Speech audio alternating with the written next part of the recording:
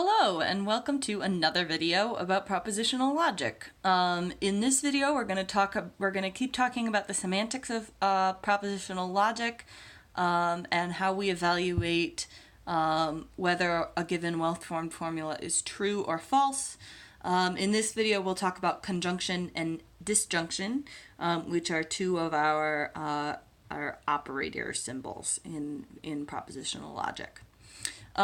So our first symbol is this lovely caret here, which is like an upside down V. And this is the conjunction symbol, is the name for this symbol. And remember, we had a rule in our syntax that said that if you have in parentheses a well-formed formula, caret well-formed formula, that makes a well-formed formula, which means that we should be able to evaluate the truth or falsity of this statement, right? Now, when you see this written out, there's two ways we can read it out loud. This type of statement, we can read this either as P and Q or as P conjunction Q. So because you sometimes read this as and, we can sometimes call this, rather than calling it conjunction, we can sometimes call it logical and, right? But that's how you should think about this. And remember that since we have an upside down version of this symbol, you can always remember that this version is and because you can make it an A, right? So it's like an A, so it's and, right? But it's not an A. It's just a upside down little thing, right? All right, so here is our truth table for logical conjunction. Notice that it's bigger than our truth table for negation was, right, which was only that big, right?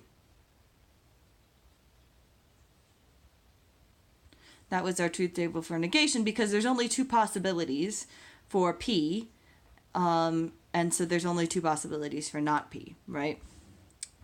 In this case, and in all the other cases we're going to talk about from here on out, there's going to be more possibilities, right? So we have two atomic statements, and so there's four possible ways that they can combine with each other, right? We can either have them both be true, P can be true and Q can be false, P can be false and Q can be true, or they can both be false, right? Those make four different possibilities for which is true and which is false. Because this is and, right, because we're remembering this is our logical and, both have to be true in order for the final statement to be true. This is just a stipulation of what conjunction means.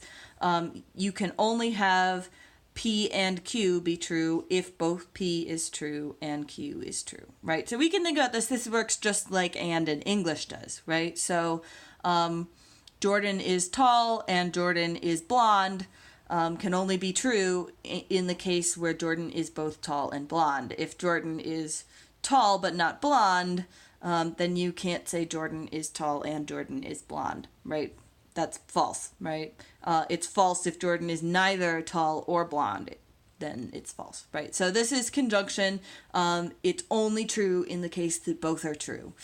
So just to practice, we're going to try one more statement based on this same truth table, which is P and Q and P. We're going to look at this and why this is our truth table for P and Q and P.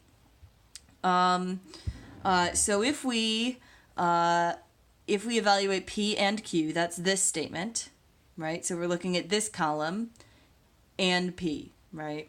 So we look, is this true and this true? Yes, then this is true, right? Is this true and this true? No, so this is false. Is this true and this true? No, so this is false. Is this true and this true? No, so this is false. So this is how you evaluate P and Q and P, right?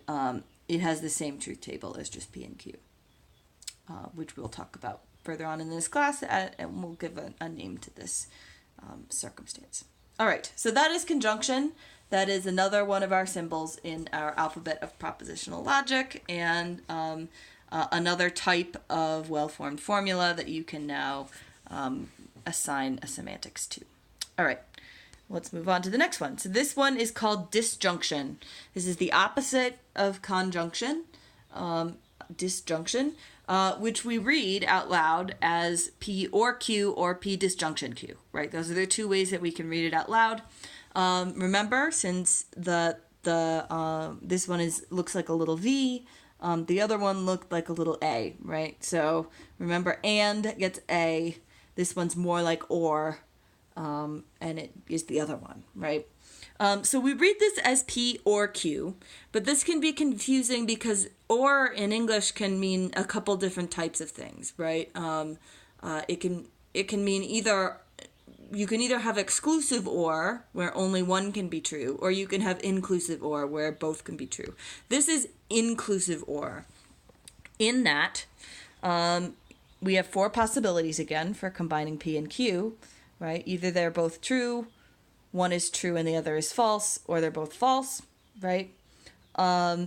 P or Q says anytime they're not both false, the resulting statement is true, right? So Jordan is tall or Jordan is blonde is fine if Jordan is both tall and blonde, that's true. Jordan is tall or Jordan is blonde is fine if Jordan is only tall. Jordan is tall and Jordan is blonde is fine if Jordan is only blonde, right? But Jordan is tall and Jordan is blonde is not okay if he's neither, right?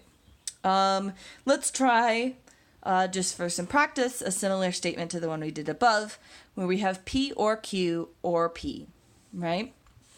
So here's P or Q, true and true, so the result is true, right? Here we have true and true, so the result is true. True and false, so the result is true. And true, false, true or false or false, so the result is false, right? So this is how we evaluate these. And as you get longer and longer statements, you'll get a truth table that goes out step and step and step so that you can have the full truth table for every internal little piece, right? So we'll do some practices of these after we finish up with the rest of our operators in the next video. So this has been conjunction and disjunction. Tune in for the next video to get the rest of your operators.